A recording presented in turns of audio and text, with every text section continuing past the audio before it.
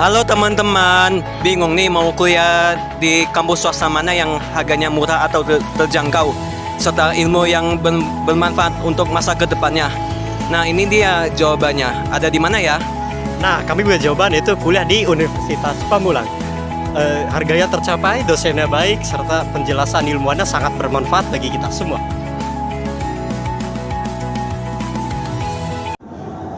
Baik, di sini saya akan menjelaskan topik mengenai kebijakan dividen.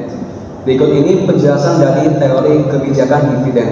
Terdapat 3 teori tentang kebijakan dividen yang menjelaskan bagaimana pengaruh besar kecilnya dividen payout ratio terhadap harga pasar saham.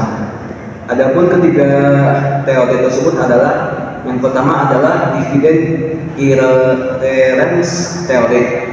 Teori ini dikemukakan oleh Merton Miller dan Franco Modigliani atau MM, bahwa kebijakan dividen ini tidak mempengaruhi harga saham perusahaan atau nilai perusahaan. Nilai perusahaan hanya ditentukan oleh kemampuan perusahaan untuk menghasilkan pendapatan dan resiko bisnis. Sedangkan bagaimana cara membagi arus pendapatan menjadi dividen dan laba ditahan tidak mempengaruhi nilai perusahaan. Yang kedua adalah bird in the hand theory. Ini dikemukakan oleh Myron Golden dan John Lindner. Berdasarkan teori ini, kebijakan dividen berpengaruh positif terhadap harga pasar saham. Artinya, jika dividen dibagikan perusahaan semakin besar, maka harga pasar saham perusahaan tersebut akan semakin tinggi dan sebaliknya. Hal ini terjadi karena pembagian dividen dapat mengurangi ketidakpastian yang dihadapi investor. Yang ketiga adalah tax preference theory. Berdasarkan teori ini, kebijakan dividen mempunyai pengaruh negatif terhadap harga saham perusahaan. Artinya, semakin besar jumlah dividen yang dibagikan suatu perusahaan, semakin rendah harga pasar saham perusahaan yang bersangkutan. Hal ini terjadi jika ada perbedaan antara tarif pajak personal atas pendapatan dividen dan capital gain. Apabila tarif pajak dividen lebih tinggi daripada pajak capital gain, maka investor akan lebih senang jika laba yang diperoleh perusahaan tetap ditahan di perusahaan untuk membelanjai investasi yang dilakukan perusahaan. Dengan demikian, di masa yang akan datang diharap terjadi peningkatan capital gain yang tarif pajaknya lebih rendah. Apabila banyak investor yang memiliki pandangan demikian, maka investor cenderung memilih saham-saham dengan dividen kecil dengan tujuan untuk menghindari pajak. Pembahasan selanjutnya adalah aspek kebijakan dividen. Yang pertama adalah stabilitas dividen. Pembayaran yang dilakukan atas dividen perusahaan stabil memiliki kemungkinan lebih baik dari waktu ke waktu jika terdapat perbandingan dengan perusahaan yang melakukan pembayaran dividen bersifat fluktuasi. Hal ini dilihat bahwa jika perusahaan yang membayar dividennya dengan stabil mencerminkan bahwa keuangan perusahaan tersebut juga stabil.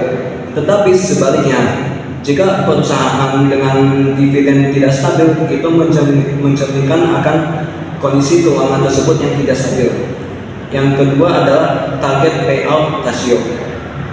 Beberapa entitas alias perusahaan berpegang pada ketetapan target dividen payout ratio jangka panjang.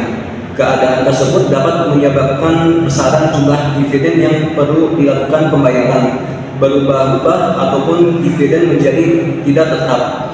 Entitas akan melakukan peningkatan dividen payout ratio saja apabila keuntungan entitas bertambah serta entitas berpikir bahwa entitas memiliki kemampuan dalam menjaga keuntungan itu pada waktu yang lama.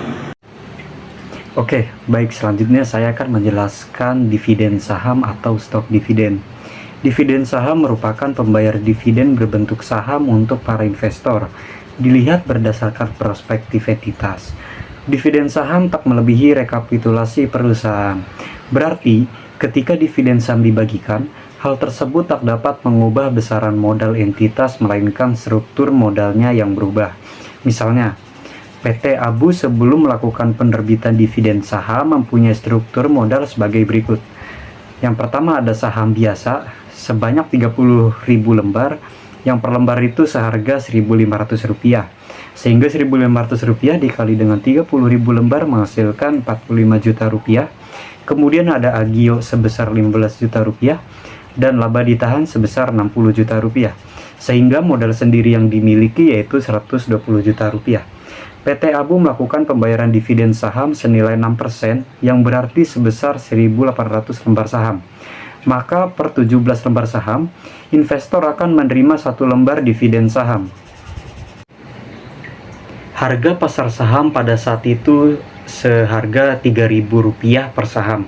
Setelah membagi dividen saham, maka struktur permodalan entitas pun mengalami perubahan sehingga menjadi saham biasa yang bertambah sebanyak 1.800 yang totalnya jadi 31.800 lembar yang per lembarnya seharga 1.500 yang dikalikan 1.500 tersebut dengan 31.800 lembar yang menghasilkan Rp47.700.000 dan Agio sebesar Rp17.700.000, laba ditahan sebesar Rp54.600.000 dan dengan begitu modal sendiri sebanyak Rp120 juta.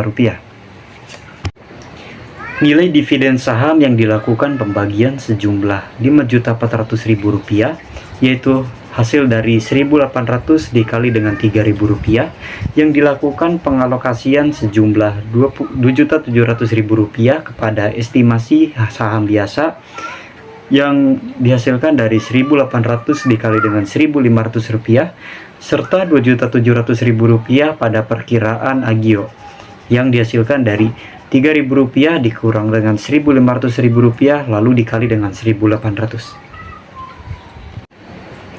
Kemudian ada pemecahan saham atau stock splits. Pemecahan saham adalah aktivitas entitas dalam melakukan penambahan jumlah saham yang beredar yang dilakukan dengan langkah melakukan pemecahan satu saham ke dua saham ataupun melebihi dan disertai dengan nilai nominal yang menurun dalam keadaan yang seimbang. Aktivitas ini umumnya dilaksanakan oleh entitas jika harga pasar saham entitas terlalu tinggi. Harga pasar saham entitas yang terlalu tinggi dapat menyebabkan likuiditas saham mengalami pengurangan. Hal tersebut dikarenakan menipisnya jumlah para penanam modal yang sanggup untuk melakukan pembelian saham entitas. Selain hal tersebut, harga pasar saham yang terlalu tinggi akan menyebabkan pertukaran atas pengelolaan entitas pada penanaman modal yang memiliki modal besar pun terjadi. Pemecahan saham tak memberikan pengaruh terhadap jumlah modal ataupun struktur modal, melainkan dapat mengubah jumlah saham yang beredar serta nilai nominal saham saja. Misalnya nih, sebelum pemecahan saham, PT Abu mempunyai struktur modal seperti berikut. Yang pertama ada saham biasa sebanyak 30.000 lembar yang per lembar harganya 1.500 yang dikalikan dengan 30.000 lembar menghasilkan saham biasa sebesar Rp45 juta dan Agio Rp15 juta serta laba ditahan Rp30 juta dan ditambah dengan semua itu menjadikan modal sendiri sebesar Rp90 juta. Entitas akhirnya memecahkan saham dengan ketentuan satu saham dipecah menjadi 3 saham. Hingga setelah memecahkan saham, struktur modal perusahaan berubah. Yang pertama saham biasa, yang tadinya 30.000 lembar, sekarang menjadi 90.000 lembar karena dipecah menjadi 3. Yang per lembar itu juga dipecah menjadi 3 dengan harga Rp500. Lalu yang dijumlahkan menjadi saham biasa sebesar Rp45 juta. Serta Agio Rp15 juta dan laba ditahan Rp30 juta. Ditambah semua itu lalu akan menjadikan modal sendiri sebesar Rp90 juta. Kemudian yang terakhir ada pembelian saham kembali atau repurchase of stock. Pembelian kembali saham ialah sebagian dari keputusan dividen. Keputusan tersebut dicapai jika entitas memiliki kas yang lebih sedangkan tak mendapat kesempatan dalam melakukan penanaman modal yang dapat memberikan keuntungan. Berdasarkan hal tersebut, maka entitas bisa menggunakan anggaran yang ada agar dilakukan pembagian sebagai dividen serta guna melakukan pembelian kembali saham yang beredar. Misalnya, Perusahaan ABC sedang melakukan pertimbangan guna melakukan pendistribusian sejumlah 1.500.000 dana berbentuk dividen ataupun melakukan pembelian saham kembali. Perusahaan memberikan informasi keuangan sebelum mendistribusikan dana yang berupa yang pertama itu laba bersih setelah pajak sebesar 2 juta rupiah, kemudian jumlah saham yang beredar sebanyak 50.000 lembar, kemudian jumlah saham yang beredar sebanyak 600 rupiah, kemudian EPS sebesar 40 rupiah dan PE ratio sebanyak 15. Apabila dilakukan pembayaran sebagai dividen, investor berharap dividen cash sejumlah 30.000 rupiah per saham, yaitu 1.500.000 rupiah dibagi dengan 50.000. Jadi keuntungan selembar sahamnya ketika dibeli kembali ialah EPS sama dengan 2 juta rupiah dibagi dengan 500.000 dikali 2,381 yang menghasilkan 42 rupiah. Pada saat membeli saham kembali, harga keseimbangan yang perlu dilakukan penawaran oleh entitas pada investor ialah P sama dengan PX ditambah D dibagi S. Keterangannya itu PX adalah harga pasar per saham setelah distribusi, D jumlah dana yang akan didistribusikan, dan S jumlah saham yang beredar sebelum distribusi. Nah, menarik bukan dari materi apa yang kita jelaskan tadi?